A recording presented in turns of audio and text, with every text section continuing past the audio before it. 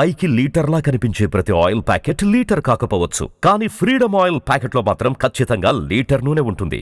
అదే విధంగా ఇంకో విషయం కూడా చెప్తా ఉన్నా, ఇదే చంద్రబాబు నాయుడు గారికి చెప్తా ఉన్నా, ఇదే పోలీసులకు చెప్తా ఉన్నా. పోలీసులు ఎవరైతే చంద్రబాబు నాయుడు గారిని మెప్పు కోసం, ఎవరైతే పోలీసులు చంద్రబాబు నాయుడు గారి మెప్పు కోసం ఎవరైతే వాళ్ళ టోపీ మీద ఉన్న సింహాలకు సెల్యూట్ చేయకుండా చంద్రబాబు నాయుడు గారికి వాచ్మెన్ల కింద పనిచేస్తా ఉన్న ఆ ప్రతి పోలీస్ అధికారికి చెప్తా ఉన్నా, ఎల్లకాలం చంద్రబాబు నాయుడు గారి పరిపాలన సాగదు. చంద్రబాబు నాయుడు గారి పరిపాలన త్వరలోనే వస్తుంది.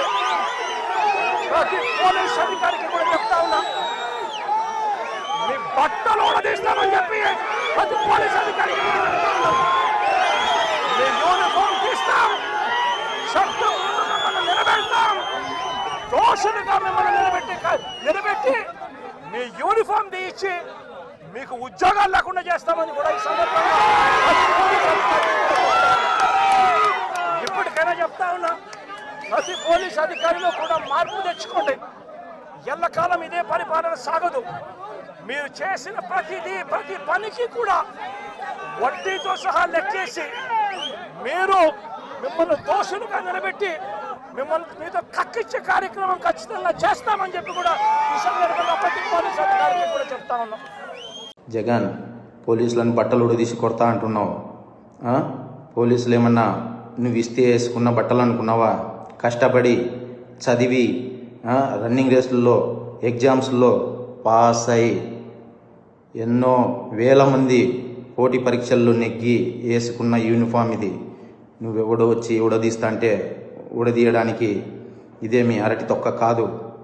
మేము నిజాయితీగానే ప్రజల పక్షాన్ని నిలబడతాం, నిజాయితీగానే ఉద్యోగం చేస్తాం, నిజాయితీగానే చస్తాం, అంతే తప్ప అడ్డమైన దారులు తొక్కం.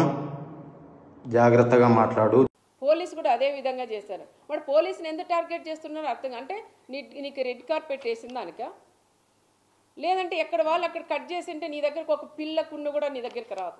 ఆ విధంగా చేసే శక్తి మా అన్న చంద్రబాబు నాయుడులో ఉంది. మరి ఈరోజు పదే పోలీసులు కూడా చేస్తున్నారు. ఒక ఎస్ఐ అండి, ఒక బీసీకి సంబంధించిన ఒక ఎస్ఐని ఆయన ఎందుకు టార్గెట్ చేస్తున్నారో అర్థం కాల. ఆయన పదే ఒక మాజీ సీఎం లెవెల్లో ఉండే వ్యక్తి ఒక బ్రోకర్ అంటాడు, ఒక ఎస్ఐ వచ్చి మన వీడియో కాల్లో మాట్లాడించినామంటారు. మన ఆ ఎస్ఐ కూడా ఎన్ని కష్టాలు పడుకొని చదువుకొని తల్లిదండ్రులు కూడా ఎంత కష్టాలు పెట్టి చదివించుంటారు. ఒక ఎస్ఐ అయితే ఎస్ఐది ఏముంటుందండి, పై స్థాయి వాళ్ళు ఏం చెప్తే అది చేసేవాళ్ళు. ఆ ఎస్ఐని ఏదో రకంగా ఆ తోపు చెప్పిన మాటలని విని ఆ ఎస్ఐని ఏదో రకంగా సస్పెండ్ చేయించాల. నీ గవర్నమెంట్లో ఉన్నాడు, 5 ఏళ్ళు ఆయన పక్కన పెట్టేశావు.